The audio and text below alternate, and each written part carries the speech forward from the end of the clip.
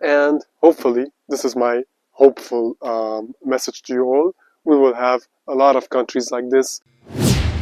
Of course, for very good reasons, a lot of us consider El Salvador as the Bitcoin country, and those reasons could vary from the fact that they made Bitcoin their legal tender, which is by far one of the most important things to make El Salvador a Bitcoin country, and it made like the country famous for being a pro-Bitcoin country. But also, just as important is the fact that their government has been stacking Bitcoin, where they have some excess cash, they're turning that into Bitcoin for quite some time now. Only these two things could probably make a country a Bitcoin country. In this video, I want to talk about some of the main characteristics from a Bitcoiner perspective of what makes a Bitcoin country. Obviously, this might sound a bit subjective because this could vary from one person to another, but from my experience, from my connections with a lot of Bitcoiners throughout the years, I feel like a lot of us would feel like those main characteristics would make the best Bitcoin country, and not only for Bitcoiners, but for a lot of people out there everywhere in the world. The most important characteristic for what makes a Bitcoin country is not making Bitcoin a legal tender, nor is it the government stacking Bitcoin, but the most important one is safety. So in a country that is safe for all Bitcoiners to join and to be part of, this is probably the most important factor. We may not have been thinking about this as one of the main characteristics. We only think about economical aspects and stuff like that. But safety is very important because if you were to call yourself the Bitcoin country and you welcome all Bitcoiners in there, your country is essentially going to be a target for criminals and thieves to steal people's Bitcoins and to intimidate those people to give up their 12 or 24 words. And as we all say, like, it only costs like a $5 wrench attack to attack a Bitcoiner and make them give up maybe their coins. But for this reason, the country needs to be safe, and that really means making places safe, having a tight kind of an immigration policy, and only accepting the people that deserve to be there, that have a reason to be there, and that kind of want to contribute to the economy and not be kind of like a criminal or a thief. If you were to label some kind of a place, some kind of a city as a Bitcoin place, it's going to be like a gold mine for all these people. So you should make this country or this place or this city or this town a safe place for all Bitcoiners everywhere. So the second characteristics to make a Bitcoin country, and it's one way to achieve the first characteristic, and that is to make the country pro-gun. So everyone in this country should be allowed to own a gun, to carry a gun, and to have the task of self-defense as a right in the constitution, so to speak, of this country, and to be protected at all costs. Obviously, to protect safety, you need some kind of a police institution. That's great, that should also exist, but not at all points in time you can have a police state. I mean, if someone is robbing your house, you might not be able to call the police and have them arrest this person right on spot. So that's why you should have the ability to own a gun. You should have the ability to protect yourself, to have the right to protect yourself. And if someone breaks into your property and tries to intimidate you, you should have the right to defend yourself by shooting that person, for example. So if you do that, and if everyone in the society have this ability and have this right, it will become so much harder for criminals and thieves to try to intimidate people, because at this point the level of force is very much equal.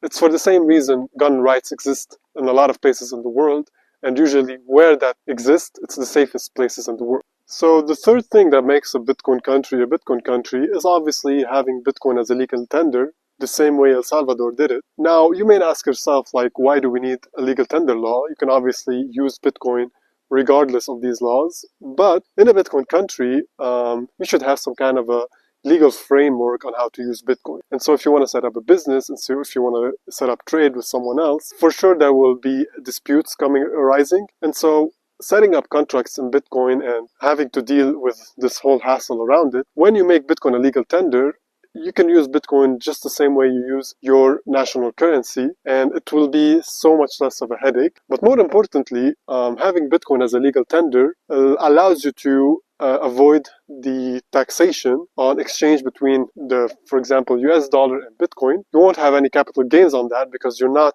exchanging an investment into dollars. You're just exchanging a currency into another currency. So that doesn't put you under capital gains tax. And lastly, the importance of a legal tender law is to allow you to pay your debt in Bitcoin. So you can issue that in Bitcoin and have that debt paid in Bitcoin and not in any other currency. In the ideal Bitcoin country, there should not be property tax for obvious reasons. A property tax is basically telling the person that they're not allowed to own property. So if you have a property, if you have a land, if you have real estate, if you have a home, whatever it is, and you have to keep paying taxes on that, you're essentially renting that land from the government, because the moment you stop paying taxes on it, they can come in and confiscate your land, confiscate your home, or whatever it is. So in my opinion, in the Bitcoin country, where Bitcoin is the highest form of financial asset, and people will not hoard real estate because they believe that Bitcoin is their store of value, there's no need to put taxes on property. Property should be free to be owned by anyone, and as long as you paid for it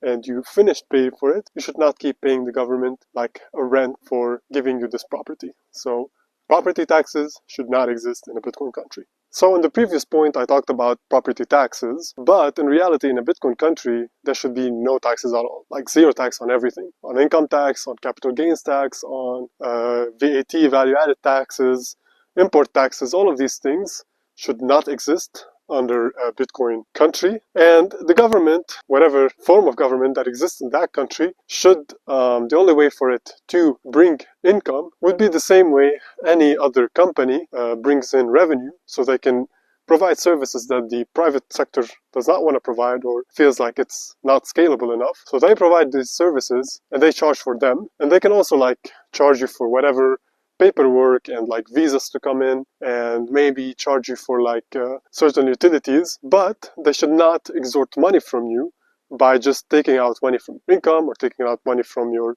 sales that you made, or taking out money from the property that you bought. So zero taxes on everything. The government in a Bitcoin country makes its money by providing services the same way any company does so. The perfect Bitcoin country should be governedly decentralized and physically decentralized, in a sense that it is divided into multiple small cities or towns and whatnot, and these cities and towns should be self-governed by the community of this town, and by someone that this community agrees on.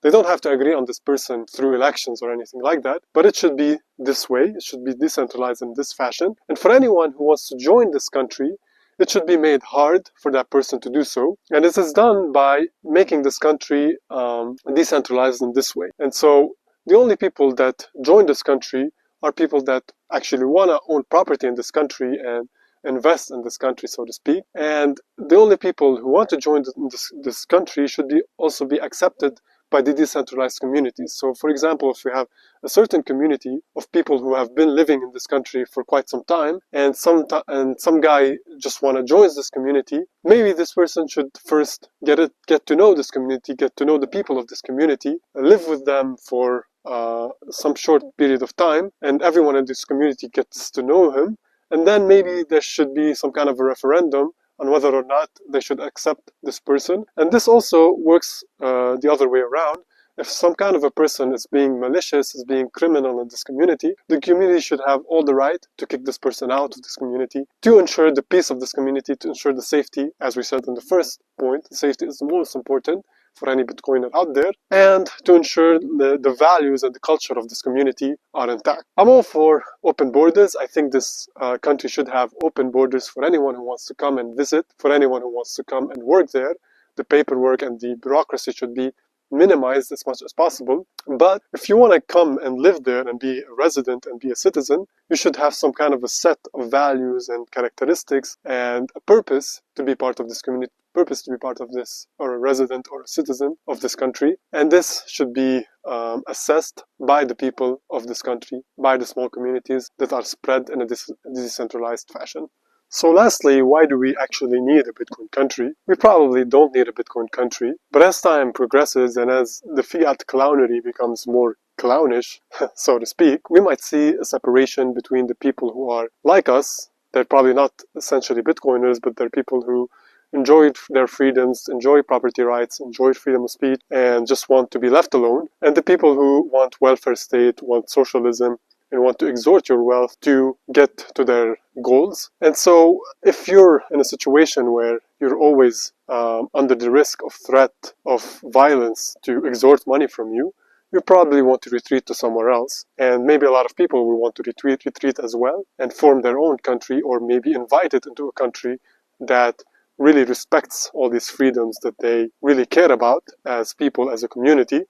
And so this is also something Prince Hans Adam of Liechtenstein talks about in his book. He talks that the government and the state will have a new form in the coming years, and it will be more inviting to people, and it will no longer be this big institution on the top of the pyramid that we all have to serve and we all have to pay money to and we put on this pedestal. But instead it will be just a regular institution that wants to attract people into its country, and it does so by providing services, by lowering its taxes, which is the price for its services, and by providing all the rights and all the freedoms and all the safety possible for these people to enjoy a good life under this state. This is the only way a state can survive. And all these big states and all these imperial, so to speak, states that have arisen in the last century will probably diminish or will probably balkanize with time, and we will have smaller city-states that provide value to the people who want to live under it. Maybe there will be a Bitcoin country, but maybe we will not call it Bitcoin country the same way we call El Salvador a Bitcoin country. Maybe Bitcoin will just be in the background of this country. It will be used